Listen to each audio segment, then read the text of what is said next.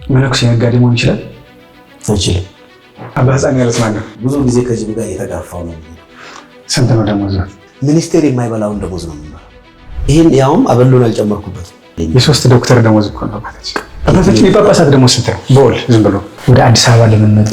ያንን ለምን ለመታ ስትል ብትለኝ እንደው ኃጢአተኛ ስለሆንኩ በደለኛ ስለሆንኩ ዛሬ ወልደየስ በእግሯ ገብታለች ይባላል። ዳቤው በደንብ ያማረቀን አይን ያወጣል። ዳቤው ለምን በእግር ሲሆን ይታሻል በደንብ።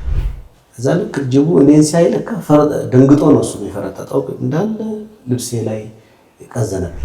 አቤቴ ዛን ጊዜ ክርስቶስ ሲመጣ አቤቴ ዛን ጊዜ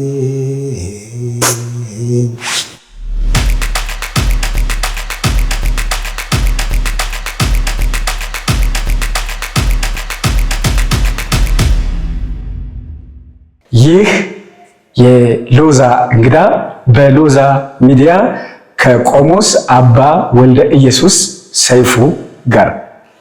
አባታችን እንደምን ሰነበቱ? እንኳን ወደ ሎዛ ሚዲያ በሰላም መጡ። ይመስገን እንደምን ሰነበታችሁ? ደህና ነዎት? ይመስገን። ስንት ነው ደሞዝዎት? እኔ ወደ 35,000 ነው ደሞዜ። ዓለም የሚያው ለምን መሰለ? ይሄን ያውም አበሉን አልጨመርኩበትም። 6,000 ደግሞ አበላለኝ። አንድ ላይ 40,000 የሶስት ዶክተር ደሞዝ እኮ ነው አባታችን። ይሄ ገንዘብ አባታችን የጳጳሳት ደሞዝ ስንት ነው? በወል ዝም ብሎ ደሞዛቸውን አላውቅም። አታስዋሽ። ለምን ከኛ ብዙ የበለጠ አይደለም። ትንሽ እንደው 5,000 6,000 ካልሆነ ከኛ ምንም ብዙ አይበልጥም ከመምሪያ ኃላፊዎች። እና ይሄን ስል ምንድነው ይሄ አሁን አለቆችም ጋር እንደዚህ በዚሁ ልክ ግን በዚህ ልክ እየተጠቀምን ቤተክርስቲያን በዚህ ልክ እየረዳችን እያጎናስ ከሰው በላይ አርጋ እያኖረችን ትላንትና የቆሎ ተማሪ ያገባ የተረገመ ነው ብሎ እስከሚሳል ድረስ ዛሬ ደግሞ በተቃራኒው ዲያቆንና ቄስ ለማግባት ሩጫ ነው። ይሄን ክብር የሰጠችን እቺ ቤተክርስቲያን ናት። ከየትም እኔ እርግጠኛ ነኝ እናት አባቴ ቤት ኖሮ ይሄን እርፍ ጨብጬ ዝንብ ነው የሚወርደኝ ወይ ልጆች ብዙ ልጆች አባት ሆኜ እዛ ነው የምኖረው። እግዚአብሔር ፈቅዶ እዚህ ባይጠራኝ አዲስ አበባንም አላያትም። ዛሬ አዲስ አበባን አልፈን አሜሪካን አይተናል፣ ዓለም አይተናል። ይሄ ሁሉ ክብር ከየት የመጣ ነው? ከዚች ቤተክርስቲያን ብዙዎቹ ጣቷን ከሚያነሱባት ቤተክርስቲያን ደካማ መስላ ነገር ግን ብዙዋንን የምታኖር ቤተክርስቲያን። ስለዚህ ከዚህ ቤተክርስቲያን ነው ሁሉ። ውጭ ሀገር የት ሄደዋል አባታችን? አሜሪካ ሄጃለሁ፣ ታንዛኒያ፣ ኬንያ፣ አሜሪካ ያው በየብዙ ስቴት ዞሬያለሁ። ስንት ቋንቋ ይችላሉ? እኔ ያው እንግዲህ አማርኛ፣ ኦሮምኛ፣ ትግርኛ ሰማለሁ፣ እንግሊዝኛ እየሰባበርኩ ነው። ዘመናዊ ትምህርት እስከ የት ደርሰዋል? 10። መንፈሳዊ ትምህርት ምን ተምረዋል? ኮሌጅ ያው ጳውሎስ ዲፕሎማ። ከዛ ውጪ ሰነፍ። ህልሞት ጳጳስ የመሆን ህልም አለዎት? እኔ በፍጹም አስቤውም አላውቅም። ማስበውም አልችልም፣ አስቤውም አላውቅም። ቢመጣስ? ከመጣ ምን አደርገዋለሁ? እኔ ለሚገባቸው እኔ እንዲሁ ብላላ እውነት አይጓጉለትም። እኔ በፍጹም ክብሩ ትልቅ ነው፣ ጸጋውም ትልቅ ነው። አባቶቻችንም በእውነት ትልልቅ አባቶች ናቸው፣ ይገባቸዋል። እኔ ግን ትንሽነቴን ስለማቅ አይገባኝም ነው ብለው። አጫጭር ጥያቄ የምጠይቀውት የምዕመናን ጥያቄ ግልጽ እንዲሆንለት ነው። መነኩሴ ነጋዴ መሆን ይችላል? አይችልም። ለዓመት እንኳን እቅድ የለኝም እኔ። እህል እንኳን አሁን አንዳንዱ 6 ኩንታል 10 ኩንታል ለዓመት ብሎ ይገዛል። እኔ 1 ኩንታል ያው 1 ኩንታል አለች ነጭ 50 ኪሎ ቀይ 50 ኪሎ ያችን ነው ማሰጨው። ያችን እኔ አልጨርሳትም። እንግዶች የቤቱ አብርሃም ቤት ሁሉ ይመጣል። እንግዳ ይመጣ ሁሉ በልቶ ጠጥቶ አመስግኖ ይሄዳል እንጂ ስለ ነገ አሁን አንዳንዱ ተጨንቆ ነገ ጦርነት ሊመጣ ነው ዋጋ ሊጨምር ነው ይሮጣል። እኔ አላውቅም። ህዝብ የሆነውን ነው የምሆነው እኔ እንጂ የተለየም ነገር ግን ሞኖክሴ ለማኝ ሆኖ እንዲኖር አልፈልግም። ትክክል አቋሜ ነው። ባለፈው ማይተህ ከሆነ እኔ መስራት እየቻልኩ አይምሮ እያለኝ ጉልበት እያለኝ ወልደ ማርያም ወለተ ማርያም ይሄ ቸግሮኛል ማለት አልፈልግም ብለው ቢመጡ እንኳን አልቀበላቸው። ለምን ሄደው አስራታቸውን ለሚገባ ለምሳት ማስገባት አለባቸው ለሚፈልገው መዋል አለባቸው። እኔስ ሰርቼ መብላት ነው እንጂ የምፈልገው ነው እንጂ ራሴን መብላት አልፈልግም። የገዳም ዋናው ዓላማው እኮ ገዳም እኮ ዋናው ዓላማው ሰርቶ ደካሞችን ሳይቀር ሊቀ አበው የወደቁት አሉ 40 ዓመት 50 ዓመት አገልግሎ ይኖሩ። እነዛን የሚያገለግሉት እኮ ሌላው ወጣኔያኑ መለኮሳት እኮ ናቸው የሚያገለግሉት ከራሳቸው አልፈው እነዛን ነው የሚረዱት። ስለዚህ ያ ደግሞ ከተማ ድረስ አብሮኝ መምጣት አለበት። ቦታ ሲቀይር ያ ህይወት መቀየር የለበትም። ሰዎች ከላይ ላይህን እግዚአብሔር ሰሬ እዝነ ሰብሬ ይገዛ እግዚአብሔር ልብን ያያል፣ ሰው ግን አካልን ያያል። አካሌ ላይን የሚያይ ሰው እውነት ነው በቃ እንደ አባ ሕፃን የተንደላቀቀ ይል። ሰሞኑን አንድ ጉዳይ ተነስቶ ነበር። አባ ሕፃን ምን ነው አሁን ደግሞ ሐረር ላይ በእንጨት ስጋ ለጅቡ ሲያበሉ ታዩና እሱ ብዙ ኢሹ አስነስቶ ነበር ማህበራዊ ሚዲያ ላይና አጋጣሚው ምን ነበር? እንግዲህ እኔ ለዛ ብዬ አይደለም የሄድኩት ያው በኢትዮጵያ የሃይማኖት ተቋማት የአብሮነት እና የመቻቻል በየዓመቱ ይከበራል። ዘንድሮ ደግሞ የሐረር ነው ተራውና ሐረር ተወክዬ ነው የሄድኩት። ከኢትዮጵያ ኦርቶዶክስ ተዋሕዶ ተወክዬ ነው የሄድኩት። እኔ ብቻ አይደለም ጅቦ ጋም እንደዛ ሲያጎርሱ የነበረው እኔ ብቻ አይደለም። እኔም ሰው ሲያረጋ አይቼ ነው ያደረኩት።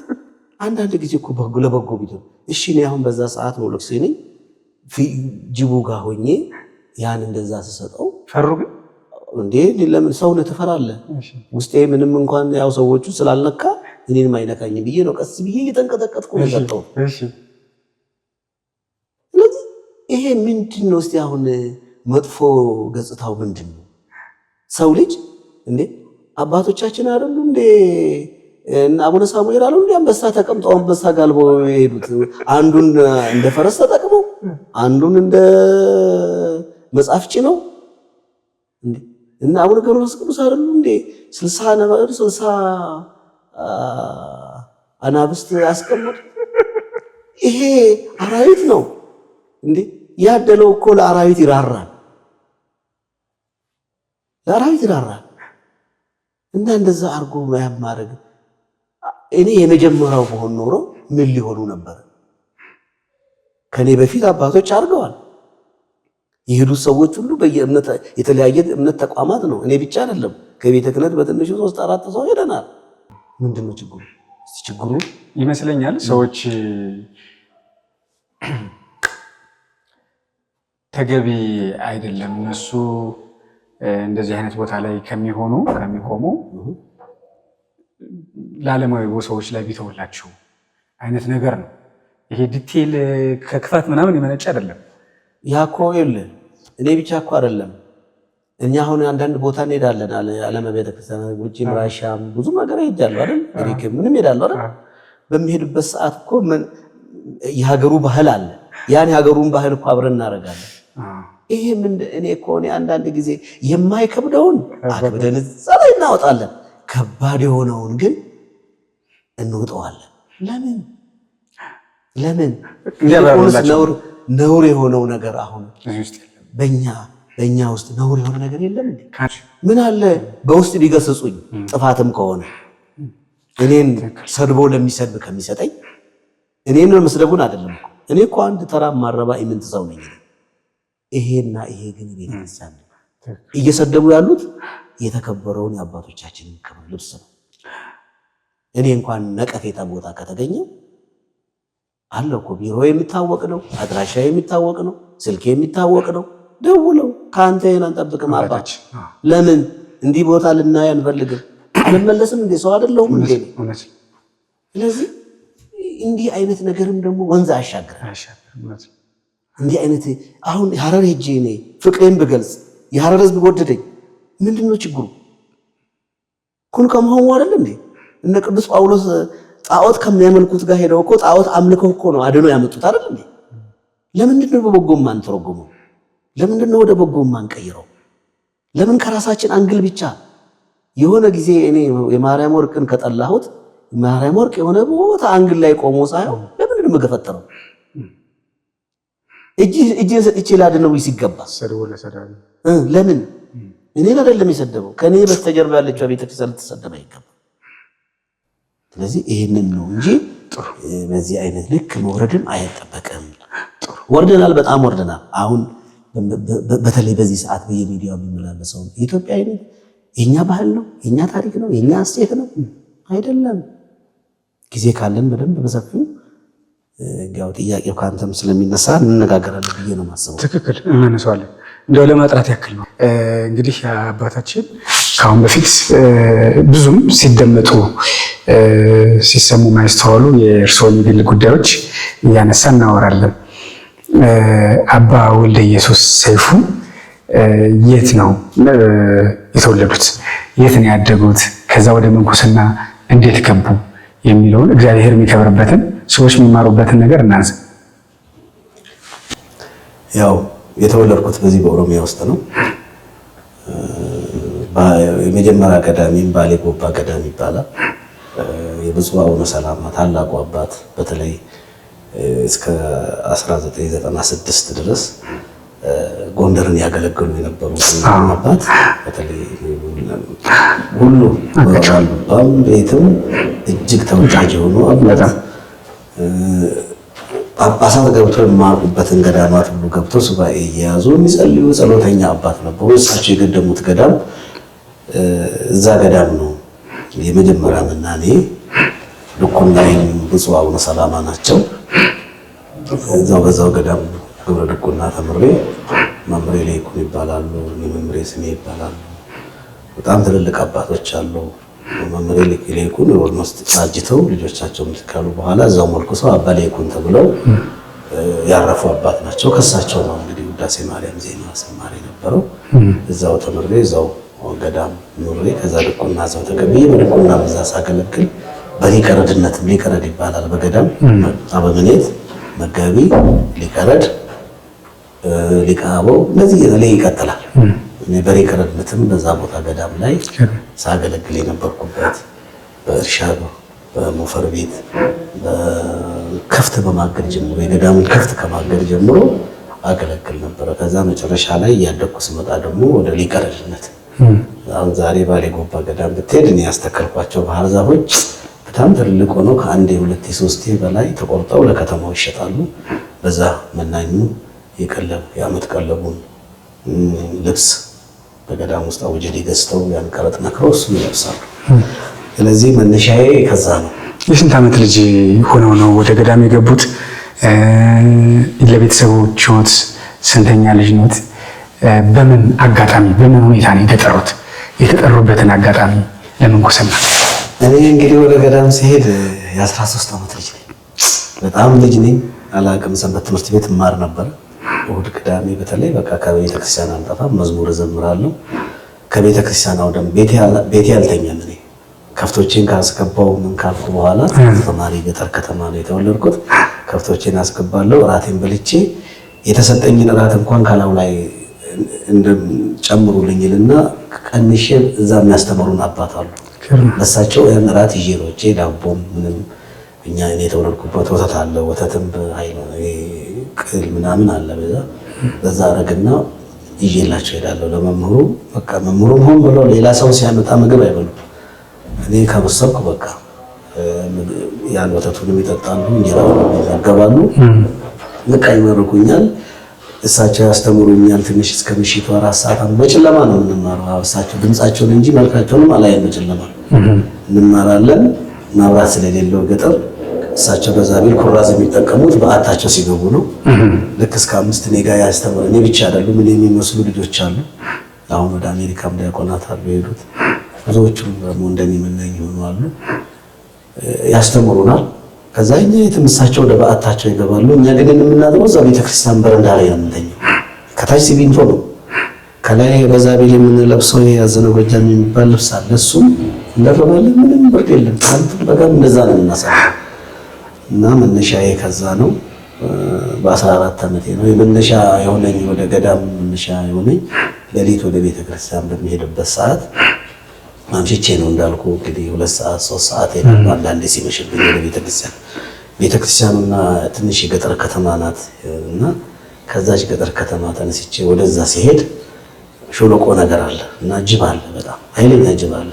እሺ፣ ብዙ ጊዜ ከጅብ ጋር እየተጋፋው ነው የሚሄደው እና ምንም አልፈራም። አንዳንዴ በቃ ብቻዬን ስሄድ ገጠር በቃ ጅቦቹ አንዳንዴ እንደውም ጅቦቹ ይሸኙኛል ቤተክርስቲያን ድረስ። አሁን አንድ ቀን ከዕለታት አንድ ቀን ግን በጣም ያልጠበቅኩት ጅቦች ይሽሞታል። ጅቦቹ እዛ አሁን እንግዲህ ጅብ ሰው ያስፈራራል። እኔ ዝም ብዬ ከቤቴ ወጥቼ ከከተማው ወጣ እንዳልኩ ሾለቆ ነገር አለ። ሾለቆ ጋር ስደርስ በቃ ጅቦች ሁሉ ያገኛሉ። ወይ መንገድ ከፍቶ ይለቁ ያሳልፉኛል፣ ወይ ደግሞ ካለፍኳቸው በኋላ ቤተክርስቲያን ደጃፍ ድረስ አድርሶ ይመለሳሉ። ከዛ እኔ በቃ ስነግራቸው ሁሉ በቃ እግዚአብሔር ይወዳል ይሉኛል። ከዛ ገባለሁ። ከዕለታት አንድ ቀን ግን ነገር ተከሰተ። እኔ አላየሁም ጅቡን። ቁልቋል አለኝ ሀገር ጭቃ ስለነበረ ክረምት ስለነበረ ጭቃ እንዳልገባ ብዬ ቧት ጫማ አድርጌያለሁ። ግን በኃይለኛ ጭቃ ማጥ ነውና የቁልቋሉን እንትን ጥግ ጥግ እያስኩ በሚሄድበት ሰዓት ለካ ጅቡ ቁልቋሉ ስር አለ። እዛ ልክ ጅቡ እኔን ሲያይ ለካ ደንግጦ ነው እሱ የፈረጠጠው። እንዳለ ልብሴ ላይ ቀዘነብኝ ጅቡ። በዚህ ጊዜ ልክ በዛ ላይ ያው አመመኝ፣ እንደ መንፈስ ነገር አመመኝ። ድንጋጤ ነው ይመስለኛል። ቤተክርስቲያን ስደርስ ግን ሁሉ ራሴ ሰውነቴ ደንዝዘዋል። ከዛ እኛ አባት አዩኝ። ምን ሆነ ነው ብሉኝ። ልብሴ ሁሉ እንዳለ ነጭ ትኩስ ነው። እኔ እንደዛ አይነት ውሃ ፍል ውሃ እንኳን ሲያቀርቡብን የሚያቃጥል አይመስለኝም። እና ያቃጥላል የጅቡ ካካ የጅቡ ቆሻሻ። እዛ ዝም ብዬ በቅጠል እንዲጠረግ ጠረግ አደረኩና ያው የተለመደው ምግብ በአንድ እጄ እያለሁ ለመምሩ የኔ እንትኑ ሳይሆን የያዝኩት ምግብ እንዳይወርቅብኝ ለምን እኔ ነው የሚጠብቁት እኛ አባትና ወደቀ። መጨረሻ ላይ እኔ ያን አንስቼ ተነስቼ ቤተክርስቲያን ሄድኩኝ። እኛም አባት አይተውኝ መጨረሻ ላይ ያው ጠዋት 3 ቀን 4 ቀን ሲያጠምቁኝ ያው ለቀቀኝ። በዚህም ጊዜ አንድ ባህታዊ ነበሩ በትረ መስቀል ይዘው በዛ አካባቢ ይዞራሉ።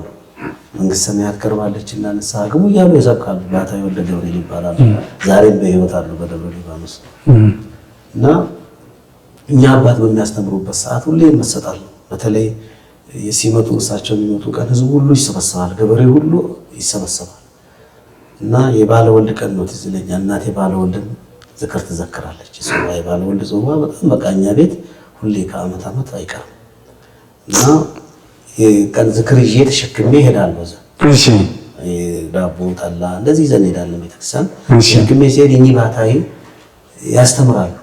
እያስተማሩ አቤት የዛን ጊዜ ክርስቶስ ሲመጣ ትንሹም ትልቁም መድረሻውን ሲያጣ የሚል መዝሙር ይዘምሩልና እሳቸው በእንባ ነው የሚዘምሩት። ይሄ መዝሙር የማን ነበር? የኪነ ጥበብ መዝሙር ነው። ያስታውሱታል? ያውቁታል? ልጅ ሆኜ እንግዲህ በዛን ጊዜ ይዘምሩታል። ግን እኔ በደንብ አሁንም ጸሎቴን እንኳን ቁጭ አድርጌ ዳዊቴን ጨርሼ ቁጭ ብዬ ጸሎት ቤቴ አቤት የዛን ጊዜ የሚለውን ዘምራለሁ። ለምን በልጅነቴ ውስጥ የተቀርጿል። እስቲ አባታችን እና አድማጭ ተመልካቾቻችን ደስ እንዲላቸው እግዚአብሔርም እንዲመሰገን ያንን የልጅነት ጊዜ ትዝታዎትን ጊዜዎትን እኛ መለስ ብለን አብረን ከእርሶ ጋር እንድንሆን እስቲ ሁሌ በየቀኑ የሚሉት ስለሆነ እስቲ በሉኝ። ድምጼ እንደዚህ ምንም ችግር የለውም ይችላል። እኔ ምንድነው አቤት የዛን ጊዜ ክርስቶስ ሲመጣ፣ አቤት የዛን ጊዜ ክርስቶስ ሲመጣ፣ ትንሹም ትልቁ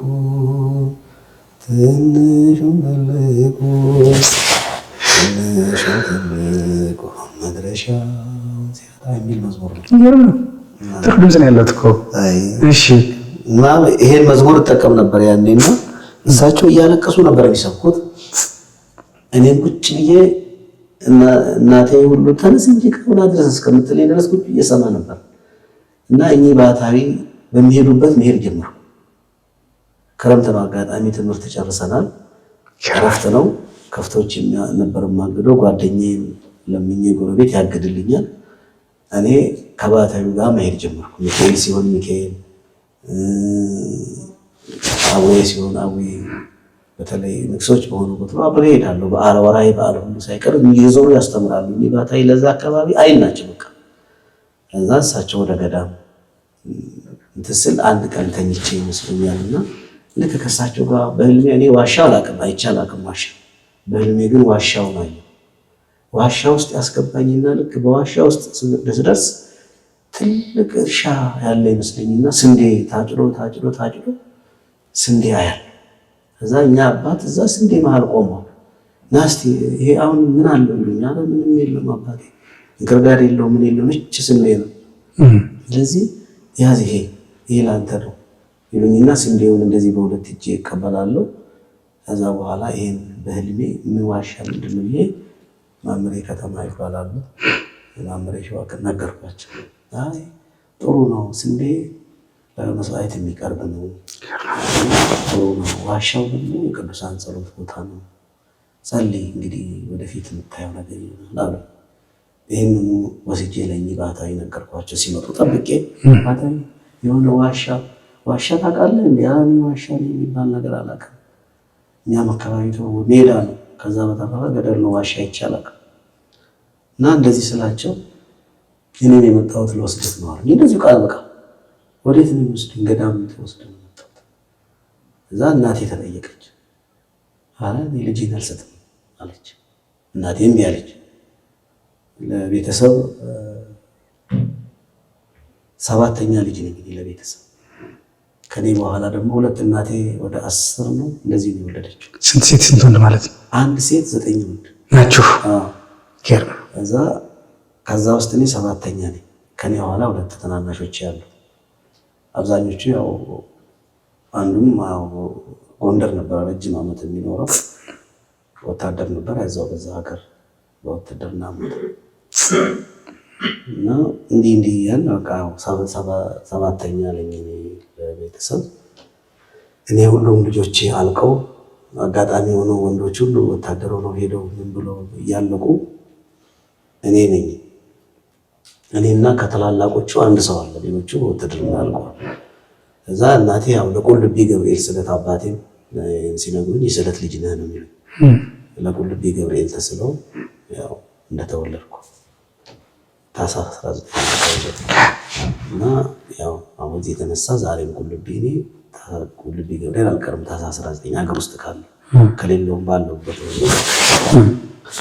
እና በዚህ ጊዜ ያው እናቴ በፍጹም ምን ያልሰጠም አለች። ለዛ እነ ማምሬ ከተማ የሚባለው አይ እግዚአብሔር ነው የሰጠሽ፣ ለእግዚአብሔር ነው የምትሰጪኝ እንጂ ለሰው አይደለም። እኚህ አባት ምክንያት አላቸው መውሰድ ያሉት አሉ። እናቴ ሸፍኔ ብላም ቢያለች። መጨረሻ ላይ ያው ማክሰኞ ቀን ተዘጋጅ፣ ማንም እናቴም ሳታውቅ ምንም ሳያውቁ ማክሰኞ ቀን መኪና ይመጣል። እኛ ማክሰኞ እኛ የከተማችን ገበያ ነው። በዛ ቀን ጠዋት በራሪ መኪና አለ። እንደውም በዛን ጊዜ እንትን የሚባል መኪና አለ፣ ከፊት ለፊት ብረት አስገብተው እንደሚያስነሱት መኪና አለ። ስሙ ጠፍቶኝ ነው። እንደ ላንድ ሮቨር ሆኖ ብረት ይገባና ከፊት እንደ ወፍጮ እንዲህ ያደርጋል፣ ይነሳል መኪና። በሱ መኪና ነበረ ከእህል ምናምን የሚጭኑት ከአብሬ ያው ወደ ጎባ የሚባል ከተማ መጣሁ። ገዳም ገባሁ። እሳቸው ዋሻ ውስጥ ዘግተው ነው የሚኖሩት። በህልሜ ያየሁትን ዋሻ በአይኔ ሄጄ አየሁ። እዛ ይሄን ዋሻ እኮ ነው ያየሁት አባቴ ያልኳቸው። እኔም እኮ ተመሳሳይ ነገር እኔም እንደዚሁ ነው እግዚአብሔር አምጣ ያግዛል ይረዳል ብሎ ያመጣው ካሉኝ ለእሳቸው ውስጥ ወደ 7 ዓመት ረዳኋቸው። እሳቸው 24 ሰዓት መጸለይ ነው፣ ዘግተው ነው የሚጸልዩት። ውሃ እየቀዳው ምግብ አይበሉም፣ ንፍሮና ቂጣ ብቻ ነው። ያን እያቀረብኩኝ ገዳሙንም እያገለገልኩ ቅድም እንደነገርኩ በዚህ መልክ ነው እንግዲህ በ13 ዓመቴ ገባው። ከዛ ያው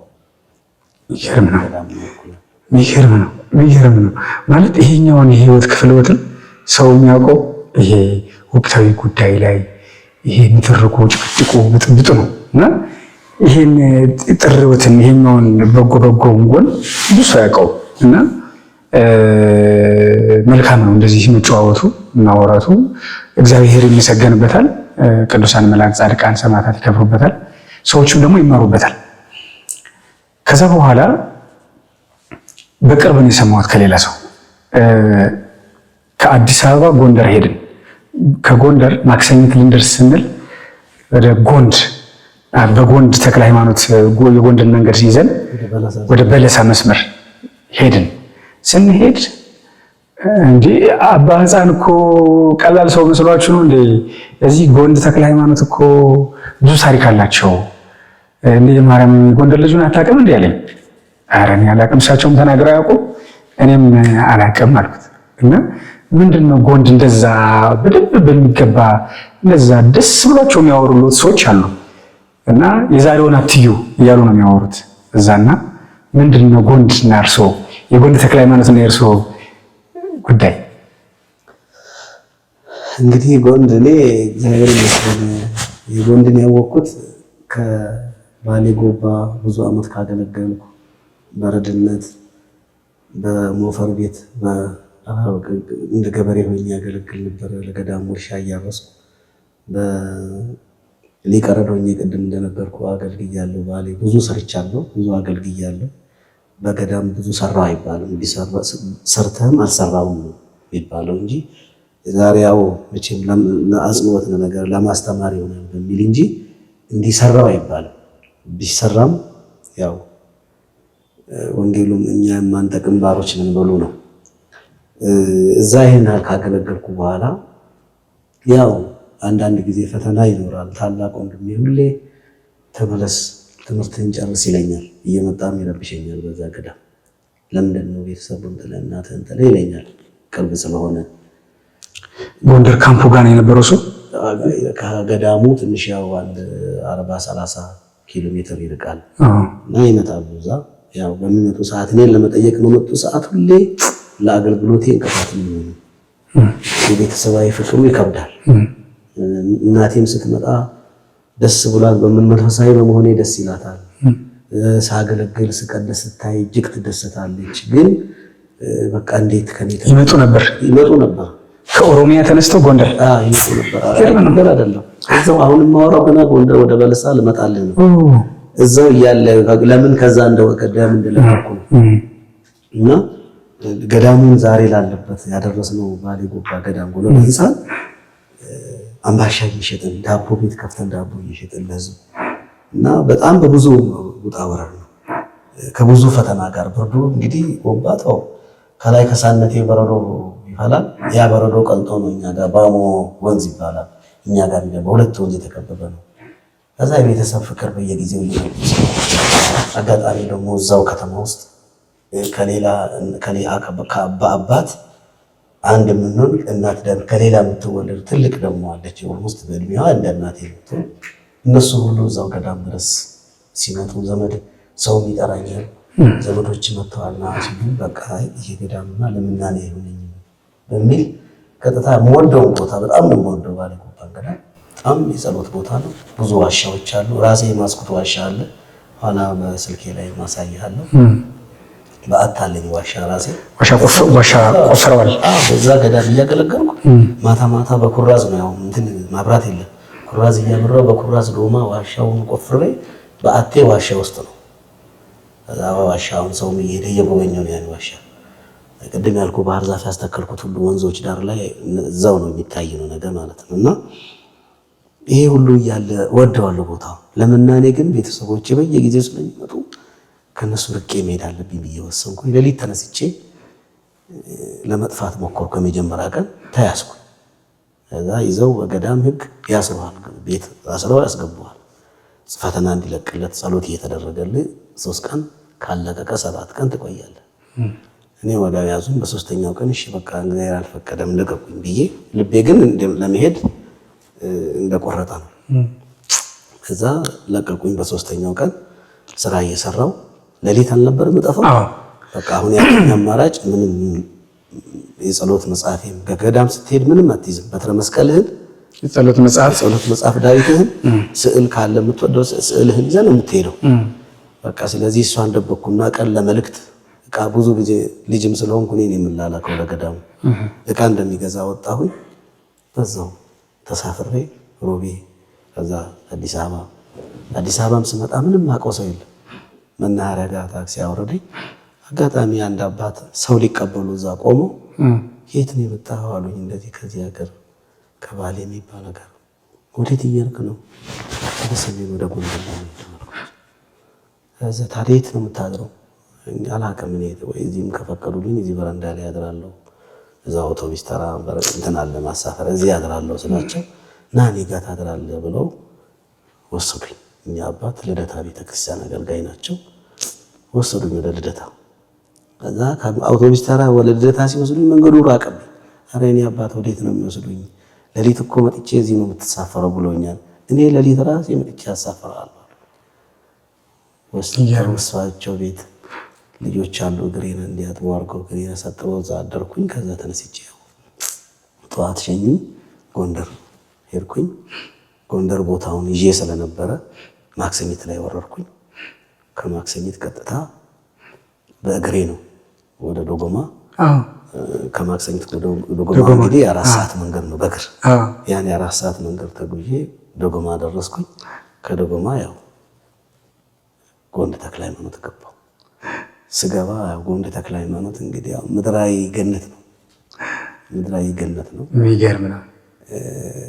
የጎንድ እኔ እንጃ ብዙ ህይወት ያገኘሁት ጎንድ ነው ማለት ይቻላል። በቃ እዛ እንደሄድኩኝ ያው ገዳሙ ማንም ሰው ይሄድ፣ ሁሉም ዓለማዊ ሰው ይሄድ፣ ማንም ሰው ይሄድ 7 ቀን ማንም አይጠይቅም።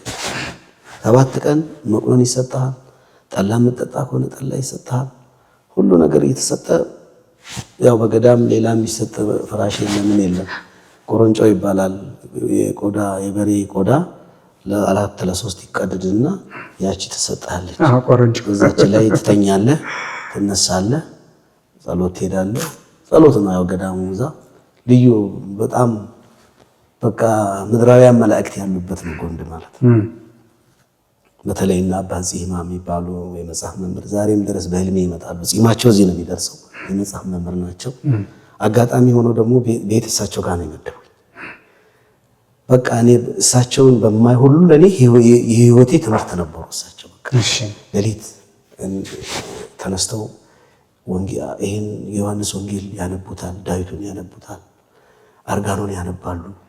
በቃ እኔ ዝም ብዬ ሳየው እጃቸውን ዘርግተው ብቻ ሲጸልዩ ነው ማየውና አንዳንዴ ሲደክመኝ እንኳን እያፈርኩ ተነስቼ አብሬ ጸሎት አደርጋለሁ፣ እሰግዳለሁ።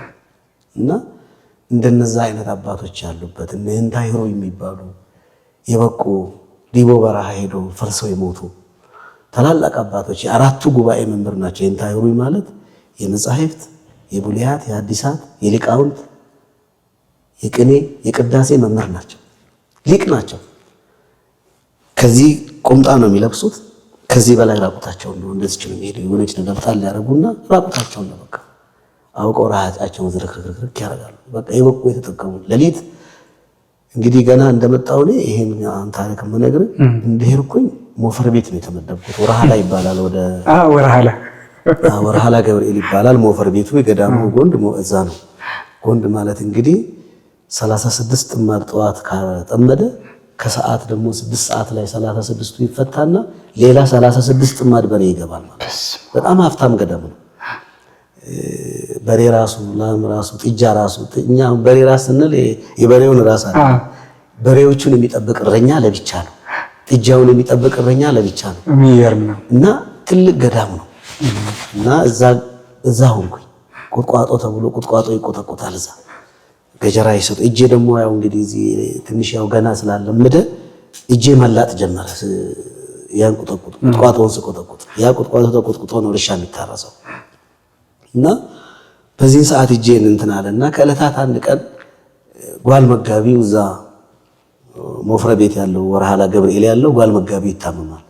ሲታመም ለአርዲቱ ወጥ የሚሰራ የለም፣ እንጀራ እዛ የሚያስተካክል የለም ሲባል እኔ ከተማ ልጅ ነው ማን ነው በፈቃደኝነት የሚሰራ ሲሉ ቶሎ እጄን አወጣሁኝ። ከዛ ሄድኩኝ። ሲሄድ ማታ ከሰዓት አርዲቱ ሲመጣ እንግዲህ እዛ ገዳም ዘይት አይታወቅም፣ ቅቤ የለም፣ ምን የለም። የፍስክ ጊዜ ካልሆነ ማለትም በዓል ካልሆነ ወጥ እየሰራው እያለው እዛ በተልባ አረኩና ተልባውን ወቅጬ በተልባ አርጌ ክክ ወጥ ነው ያን ክክ ወጥ ሰርቼ አርዲቱ ሲመጣ ሙቅ ውሃ ሙቄ እግር አጥቤ ምግብ ሲበሉ ከሌላ ጊዜ የተለየባቸው እንዴ አይነት ባለሙያ ነህ እንዴ ያሉ። ኧረ እኔ ደካማ ነኝ፣ እኔ ያው ለማጣፈጥ ትንሽ ሞክር ያለው አልኳቸው። ደስ አላቸው። አጋጣሚ ሆኖ የገዳሙ አፈ መምህር ያን ቀን እዛ በቅሎ ተይዞላቸው ይመጣሉ። በበቅሎ ሆኖ ትልቅ አባት ናቸው፣ የእድሜ ባለጸጋ ናቸው፣ የተጠቀሙ አባት ናቸው። ይሄን ኃይለ ማርያም ይባላል። ኃይሌ መርገጫው ነው ከነሱ የሚባሉት። በቃ በወንድ ከባድ ገዳም ነው። እሺ እዛ እሳቸው እዛ ቁጭ ብሎ ለእሳቸውም አቀረብኩኝ በሉ። ይሄማ እዚህ ሞፈርሜት መሆን የለበትም ወደ ዋናው ገዳም ልውሰደውና በቅሎ ያስተባል በቅሎ ይዤ እየጎተትኩኝ ወደ ዋናው ገዳም ከሞፈር ቤት ወደ ዋናው ገዳም መጋቢ ሆንኩኝ ማለት ነው። ገዳሙ መጋቢ ባንዴ። ከዛ ያን 150 አርዲት ብቻዬን ሌሊት ከሌሊቱ 9 ሰዓት ተነስቼ ሙጎጎ ይባላል። ሙጎጎ ነው የሚባለው ምጣድ ማለት ነው። ሙጎጎ ሁለት ሙጎጎ አለ። ትልልቅ ነው በሰው ቁመት እዚህ ጋር ነው የሚደርሰው ርዝመቱ ሙጎጎ። ጎንድ ደግሞ ቃል ኪዳኑ እርጥብ ነው የሚነደው። እርጥቡን እንጨት ዛፋውን ቆርጥ ስታስገባው ምንድነው እንደ ጧፍ ነው የሚነደው። በቃ ቃል ኪዳን ነው። ይሄ እንጨት አድርቆ ፈልጦ የለም ግንዱ ይቆረጣል ከታች። እንጨት የሚቆርጡ አባቶች 40 ዓመት 50 ዓመት እንጨት የሚሸከሙ አባቶች አሉ። ይበቃ ይበቁ ትልልቅ አባቶች። እንጨቱ እርጥቡ ይመጣል ይገባል፣ ምንድር ነው በቃ ይነዳል። እና እዛ ገዳም እንግዲህ ጓል መጋቢ ሆኜ ተመደብኩኝ። እዛ ለሊት 9 ሰዓት ነው ሙጎጎ ለኩሰው። ከሌሊቱ 9 ሰዓት ሙጎጎ ለኩሼ አንዱን አስፍቼ አንዱን አወጣለሁ። መኮሬታው ውፍረቱ ይሄን ነው የሚያክለው።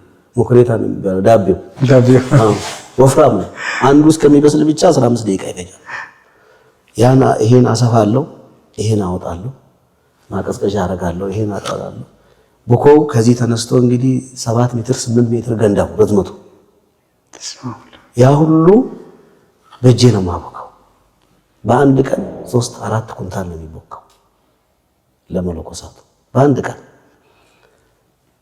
ማሽላ 1 ኩንታል፣ ጤፍ 1 ኩንታል፣ ዘንጋዳ ነጭ ዘንጋዳ ከሆነ ነጭ ዘንጋዳ፣ ቀይ ዘንጋዳ ከሆነ ቀይ ማሽላ ከሆነ ባህር ማሽላ ከሆነ ባህር ማሽላ እንደዚህ ተደርጎ ለብቻ ነው። የመምህራን ደግሞ 12ቱ ንቡራን እና የአብነት መምህራን ለብቻ ይደረግላቸው ጤፍ ይጋገራላቸው ትልልቅ አባቶች ነው። እንዲህ ያደርገን በዛ ገዳም ለዘመናት እንግዲህ በእንደዚህ እያገለገልኩኝ ከቀኑ ሌሊት 9 ሰዓት ገብዬ ከቀኑ 11 ሰዓት ነው ጸሎተ ማዕድ ሲመለስ ምግብ የምቀምሰው። ያውም ሰዓሊ ነካ ይባላል። ሙሉ 12ቱን ንቡራነ እድ ሙሉውን 150ውን ዳዊት ሲደግሙ ነው የሚውሉት። ጸሎት ብቻ የሚያደርጉ አባቶች አሉ። የአርዲት ስራ የሚሰሩ አሉ። ምርፋቆች አሉ። ሊቃቦች አሉ። የደከሙትን አባቶች ደግሞ ሲንከባከቡ የሚውሉት። ስለዚህ እዚህ ገዳም ውስጥ በቃ ምንም ነገር ሁሉም ነገር የተሟላ ነው። ሁሉም ጸሎት ብቻ ነው። ሐሜት የለ፣ ሀኬት የለ፣ ትችት የለ፣ ምን የለም። እና እንዲህ እየሰራሁ ሌሊት 6 ሰዓት ሙለኮስኩኝ። ከቀኑ 9 ሰዓት ሙጎጎውን አጠፋለሁ። 11 ሰዓት ደግሞ የመምህራኑ ሰዓሊ ነካ ይባላል። እንደ ቁርባን ነው ጸሎት ይደረግበታል። እሱን ጋግሬ ለመርፋቅ አስገብቼ 11 ሰዓት የነሱን ጸሎት ተቀብዬ መጥቼ ነው ምሳ የምበላው። እንዲህ እያደረኩኝ 3 ዓመት አገለገልኩ። 150 አርዲት እንግዲህ አስብ። አንዳንዴ እጄ ማብካት ሲከብደኝ እግሬን ሳሙና የለም እዛ እንዶድ የሚባል አለ ገዳም ውስጥ። እንዶድ እግሬን አጥብና እንጨት ይዤ በእግሬ አቦካለሁ ገንዳውን። ልክ በእግሬ ያቦካው ቀን ዳቤው አይኔ ያወጣል። እዛ ወልደየስ ነው የሚሉት በቃ ወልደየሱስ እንኳን አይችሉበትም። ወልደየስ ነው በቃ ሁሉ ወልደየስ። ዛሬ ወልደየስ በእግሯ ገብታለች ይባላል። ዳቤው በደንብ ያማረ ቀን አይኔ ያወጣል ዳቤው። ለምን በእግር ሲሆን ይታሻል በደንብ። በእግሮ ታቦክ ነበር። በእግሬ ገብቼ እንዶድ ታጠብና እግሬ ለምን ይከብደኛል እንዲህ ሳቦካ በጣም ይከብዳል። እንግዲህ 1 ኩንታል ማብኳት ይከብዳል። እንኳን እነሱም ስቅጥጥ አይላቸው። እነሱም ምንም እንዴ በእግር ቢቦካ በእጅ ቢቦካ ምንም የዛኮ እንደው መሬት ላይ ወደቀውን አምር ላይ ወደቀውን አንስተህ ብትበላ መድኃኒት። ህመም ያለበት ሰው መጥቶ እዛ ተሳቶ ሲነድ ፊት ለፊት ቁጭ ብሎ ሞቆ ሄዶ ተፈወስኩ የሚል ሰው ነው ያለው። ግን በእንዶድ እግሮትን አጥበው ነው። እግሬን በእንዶድ አጥባለሁ። እንዶድ ማለት ከሳሙና በላይ ያውቀዋለሁ። አጥባለሁ። እግሬ ደግሞ የትም ቦታ የሚሄድ አይደለም፣ በባዶ እግር ነው የሚሄደው። እዛ አበባ ነው የሚመስለው። የብራርዚያ መድኃኒት የተገኘው ከእንዶድ ነው። ዶክተር አክሊሉ እና እንዶድ ንጹህ ነው። አረ እንዶድ አሁን ሰው እንደቀልድ ያለ እንጂ ለብዙ ነገር ጠቃሚ ነው።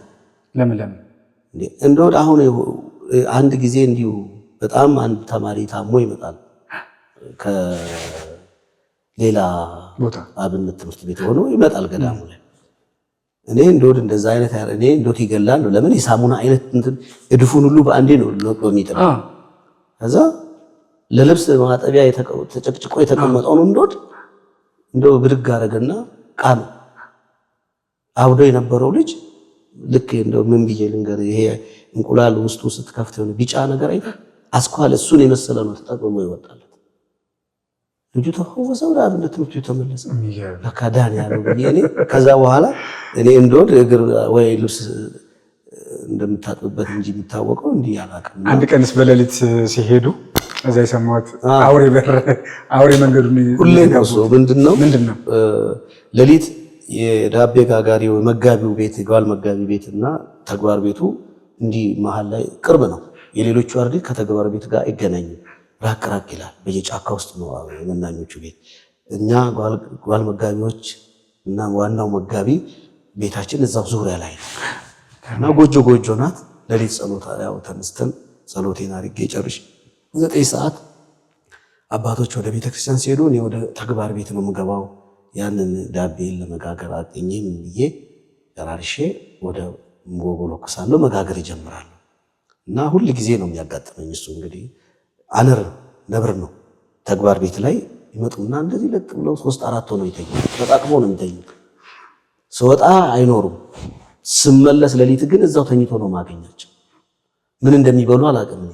ልክ የመጀመሪያ ቀን ያየኋቸው ቀን ፈራው። አንደኛ እኔ ነብር አነርን በሀገራችን በጣም ነው የምንፈራው። በጣም እዛ ተኝተዋል። እንዴት ልግባ?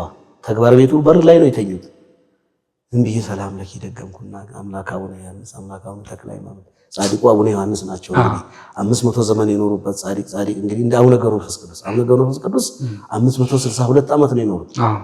አቡነ ዮሐንስ ደግሞ 500 ዓመት የኖሩ ጻድቅ ናቸው። ዮሐንስ እንግዲህ 50 ዓመት በደመና 50 ዓመት በጠገሮ 50 ዓመት በደብረ ሊባኖስ እየኖሩ እንግዲህ አቡነ ዮሐንስ ወጡን በእጃቸው የሚያማስሉ የነበሩ ጻድቅ ናቸው። እንግዲህ አቡነ ዮሐንስ አቡነ ተክለ ሃይማኖት ቅዳሴ ላይ ሆነው አቡነ ዮሐንስ ረዶ ነው ወጡን በእጃቸው እንዲህ ሲያማስሉ ማን ያያሉ? አቡነ ተክለ ሃይማኖት። ከዛ በማግስቱ አባት የሆነ እያለ በመንፈስ በቆብ አቡነ ተክለ ሃይማኖት አባት ናቸው። በእድሜ ግን እኚህ ይበልጡ ነበር። አባቴ የሆነ እንዴት እኔ በላን ተቀድስ እኔ ወጡ ስራ ብለው ተክለ ሃይማኖት በአቡነ ዮሐንስ አረጋለሁ ብለው አቡነ ተክለ ሃይማኖት ቅዳሴ ቀርተው አቡነ ዮሐንስን ወደ ቅዳሴ እንዲቀድሱ አረጋቸው።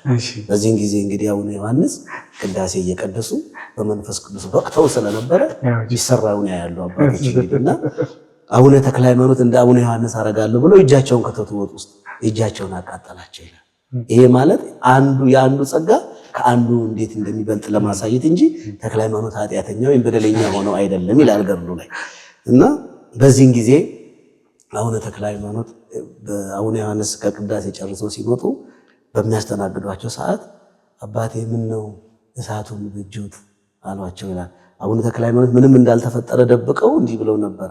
በዚህን ጊዜ አቡነ ዮሐንስ ሲሉት ያ የተቃጠለው ጠፋ እና ሁለቱም በጣም የገዳሙ መስራቾቻቸው ናቸው። አቡነ ተክለ ሃይማኖት ናቸው፣ ግን መስራች አቡነ ዮሐንስ ናቸው። የገዳሙ የጎንድ ተክለ ሃይማኖት ሁለት ብርሃን በአንድ ከተማ ላይ በአንድ አካባቢ አይሆንምና ወደ ጨለማይቱ አደገር ሂድ ብሎት መልአኩ አቡነ ዮሐንስን ወደ ጎንድ ተክለ ሃይማኖት ጎንድ ላይ እጅግ ከፍ ትልቅ ዘንዶ ነበረ፣ ሰው የሚያመልከው ዘንዶ።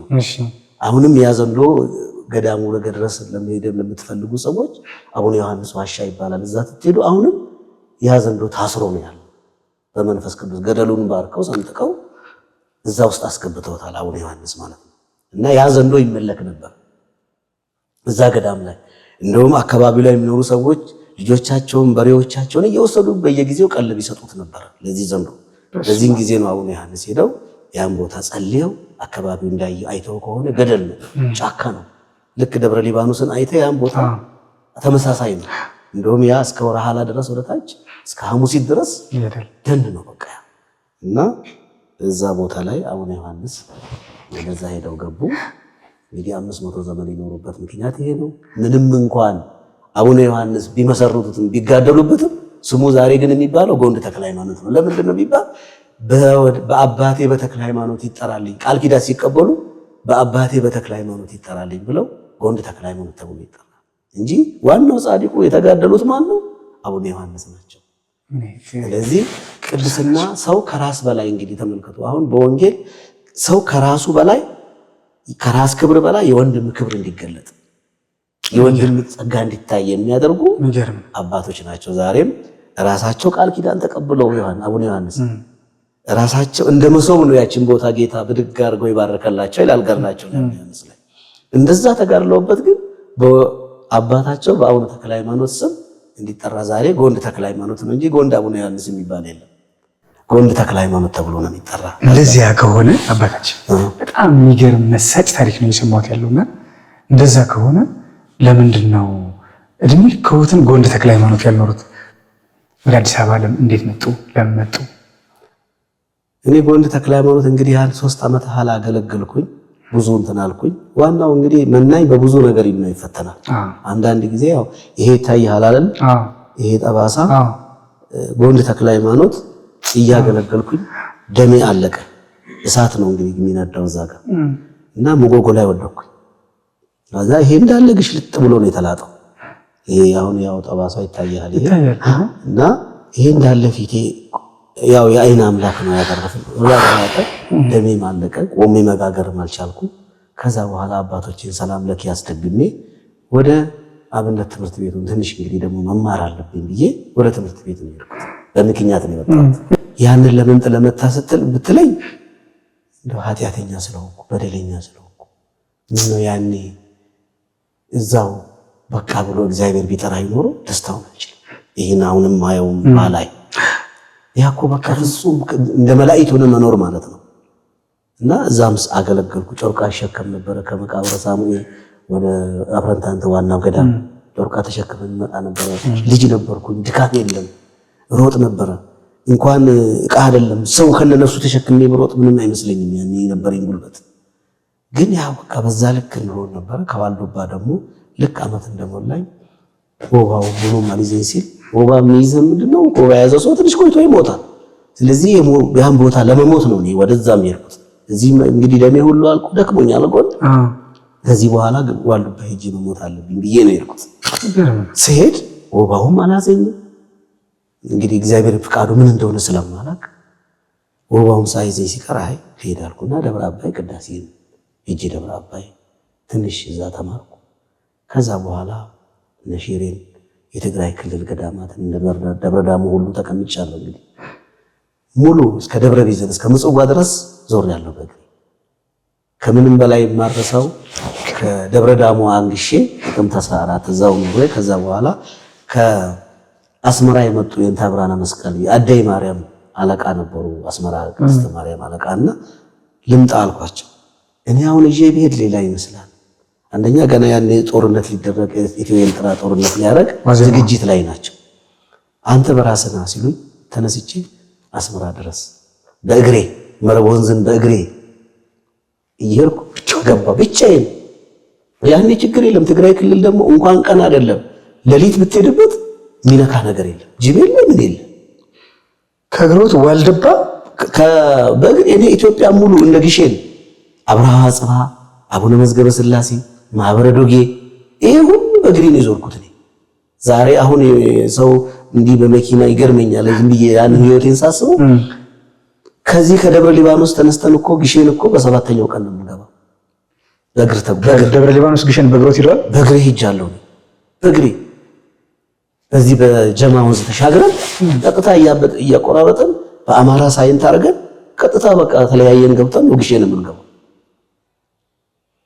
እና በእግሬ ነው እኔ ከግሼን ብቻ አይደለም ከግሼን ተነስቼ ደግሞ በስሪንቃ በኩል እናደርግና አርሴማን ተሳልመን በመንሰላል ቢወረድበት ቦታ አለ። በጋላ ጊዮርጊስ አድርገን ወልዲያ እንገባለን። ከወልዲያ ቀጥታ በራማ ኪዳነ ምሕረት ተሳልመን ደግሞ ወዴት እንሄዳለን? ቀጥታ ወደ ትግራይ አብርሃ ጽባህ በአራት ይነግሳል። በአራት አብርሃ ጽባህ አንግሰን በእግራችን ደግሞ ቆላውን ተጉዘን አድግራት እንገባለን። ከአድግራት ደግሞ እዛ አድግራት ከተማው ላይ አቡነ መዝገበ ስላሴ የሚባሉ ጻድቅ አሉ።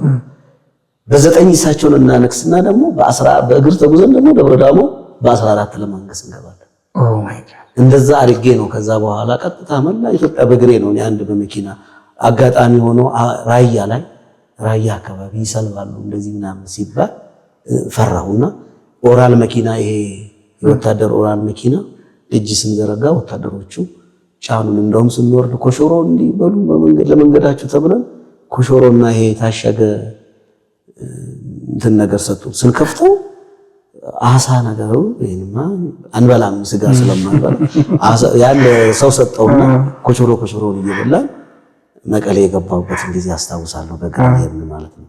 አዲስ አበባ ተመለስኩ። አዲስ አበባ ገና እንደመጡ ማን ጋር ነው ያረፉት? ማን ተቀበለውት? አዲስ አበባ አይደለም የመጣሁት፣ ቀጥታ ባህር ዳር ነው የመጣሁት። ባህር ዳር መጥቼ ባህር ዳር እዛ ነይንታ አቤል ጋር ነይንታ አኪሉ ጋር በአታ ቅዳሴ ቤት እዛም ደግሞ እንደዚሁ ቃል እግዚአብሔር እየተማርኩ ቆየ። ከዛ ቆየ በኋላ ቤተ ደናግል ይባላል ክርስቶስ ሳምራዊ እናቶች ገዳም፣ እዛ ገዳም አገለግል ነበር። ከዛ በኋላ ነው ብፁዕ አቡነ እስጢፋኖስ የኢትዮጵያ ኦርቶዶክስ ተዋሕዶ ቤተክርስቲያን መንበረ ፓትርያርክ ጠቅላይ ስራ አስኪያጅ ከመሆናቸው በፊት የደቡብ ምዕራብ ኢትዮጵያ ሚዛን ይዛ ጳጳስ ናቸው። ከዛ እሳቸው ጋር ለሆነ ስራ ለሕክምና አሞኝ አዲስ አበባ መጥቼ ታክሜ ወደ ባህር ዳር ተመልሼ ከዛ እነዛ እናቶችን ወደ 8 መነኮሳት ይዤ ሚዛን ተፈሪ የሚባል ሀገር ነው የሄድኩት። አዲስ አበባ 94 ነው የገባሁት። 91 ከዛ ከባህር ዳር መጣሁ። ቀጥታ ሚዛን ተፈሪ ነው ደቡብ ምዕራብ ኢትዮጵያ። ደቡብ ምዕራብ ኢትዮጵያ ያለውን ገዳም እኔ ነኝ የቆረቆርኩት። የስደተኛ ካምፕ ነበር ያ። በዛን ጊዜ አቡነ እስጢፋኖስ ያን ስደተኛ ካምፕ ብዙ ፕሮቴስታንቶችን ሊወስዱ ወይም ካቶሊኮች ሁሉ ሰው ጠይቋል። ያኔ አባተ ኪሹ ይባላሉ የክልሉ ርዕሰ መስተዳድር አባተ ኪሹ። ባባዶ እግሬ ነው የምሄደው። ከሚዛን ተነስቼ በመኪና ሐዋሳ መጣሁ። ያን ቦታ ስደተኛ ካምፕ ገዳም እናድርገው። በደቡብ ምዕራብ ኢትዮጵያ ገዳም የለም። ደቡብ ምዕራብ ኢትዮጵያ ደግሞ እነከፋ እና እንደራቻ በአብርሃ አጽዋ ዘመነ መንግስት የተተከሉ አብያተ ክርስቲያናት አሉ። የታሪክ ባለቤት ሆኖ ግን ገዳም የለውም። ስለዚህ ገዳም እንዲመሰረት ይፈቀድልኛል። ሰውየው እምነቱን ፕሮቴስታንት ነው። ከንግግሬና አለባበሴን አይቶ ቢሮ ራሱ እንዴት እንደገባው ጊዜ ስለሌለ ሙሉ ቀን ቆሜ ውዬ ነው። ማታ ከስራ ምሳም ሲወጣ አይቶኛል። ቆሜ ገባ፣ ሲገባም አይቶኛል። ቆሜያለሁ። ማታ ከስራ ሲወጣ ነው ያየ። ሲሰማ ነው ተመልሶ ወደ ቢሮ ገብቶ ደብዳቤ ጽፎልኝ ለክልሉ ርዕሰ መስተዳድር መስፍን፣ አሁን መስፍን ቸርነት ይባላል። አሁን የባህልና ቱሪዝም ሚኒስቴር ዴታ ነው። የፓርላማም ኃላፊ ነበር እሱ። ያኔ የሚዛን ተፈሪ ርዕሰ መስተዳድር ነበር። መስፍን ጋር ሄድኩኝ። ለእምነቱ ፕሮቴስታንት ነው፣ ግን እናንተ አባቶች ለኛ እንፈልጋችኋለን ኑ።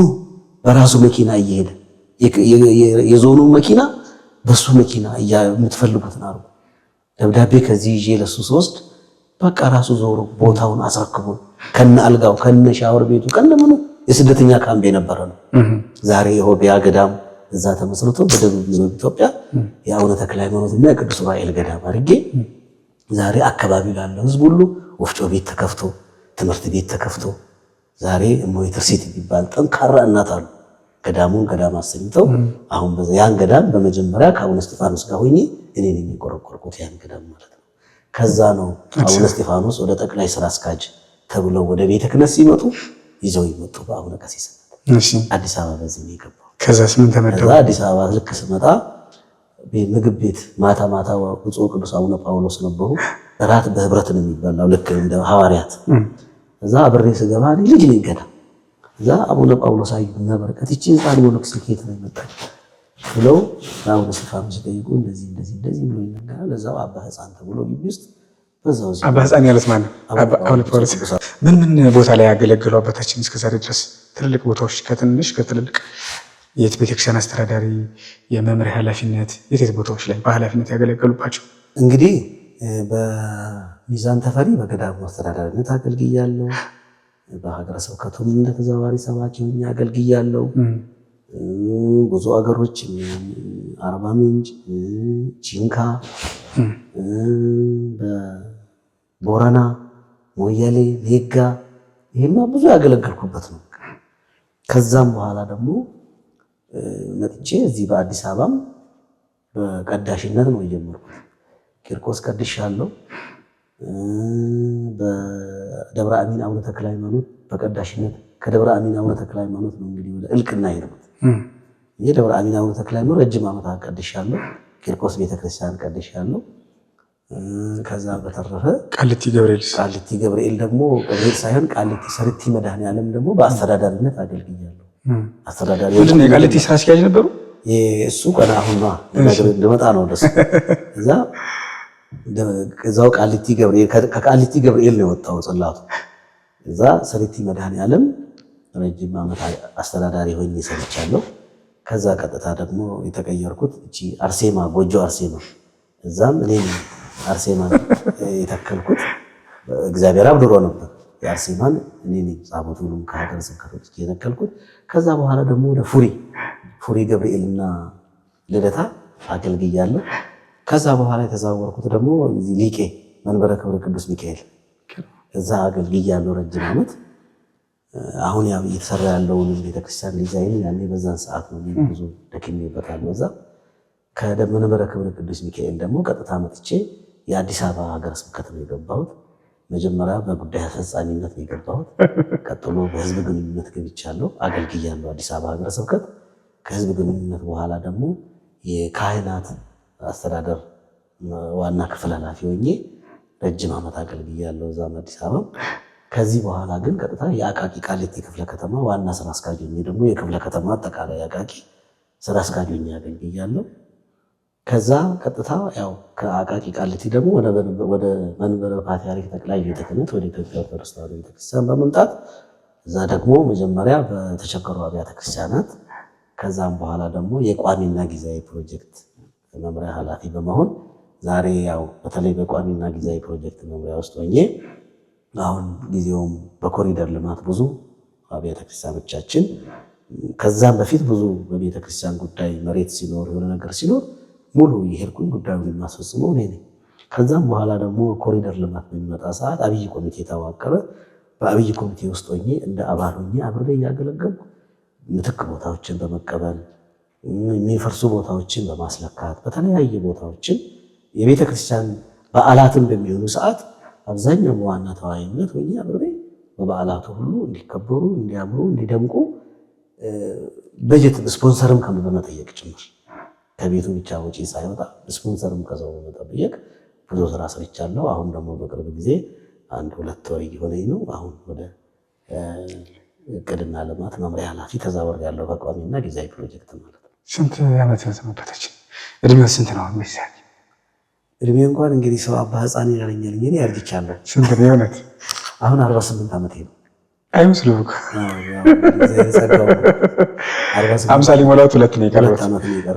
ይህንን ፕሮግራም የምትከታተሉ እኛንም እርሳቸውንም በጸሎት እንድታስቡ በእግዚአብሔር ስም አደራ እንላለን። በሌላ እንግዳ ሌላ ሳምንት እስክንገናኝ በያላችሁበት ሰላም እግዚአብሔር ይብዛላችሁ።